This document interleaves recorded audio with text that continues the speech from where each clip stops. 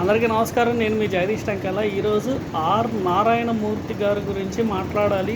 తప్పట్లేదు మాట్లాడక. ఆయన అంటే అందరికీ గౌరవమే ఉంది.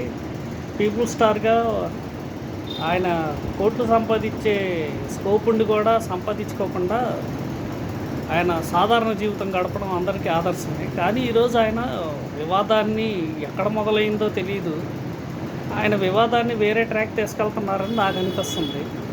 ఆయన మాట్లాడుతూ పవన్ కళ్యాణ్ గారి గురించి పర్సంటేజ్ విధానం కావాలి, డిస్ట్రిబ్యూటర్లు ఇబ్బంది పడుతున్నారు, తర్వాత థియేటర్ల వాళ్ళు నష్టపోతున్నారని చెప్తున్నారు.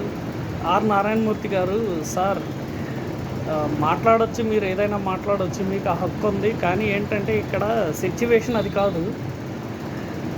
ఇక్కడ థియేటర్లు బంద్ అని చెప్పేసి కొంతమంది నిర్మాతలు ప్రకటించడం జరిగింది సార్. దాని గురించి పవన్ కళ్యాణ్ గారు లేఖ రాశారు, కానీ వేరే ఇష్యూస్ మీద అయితే లేఖ రాయలేదు.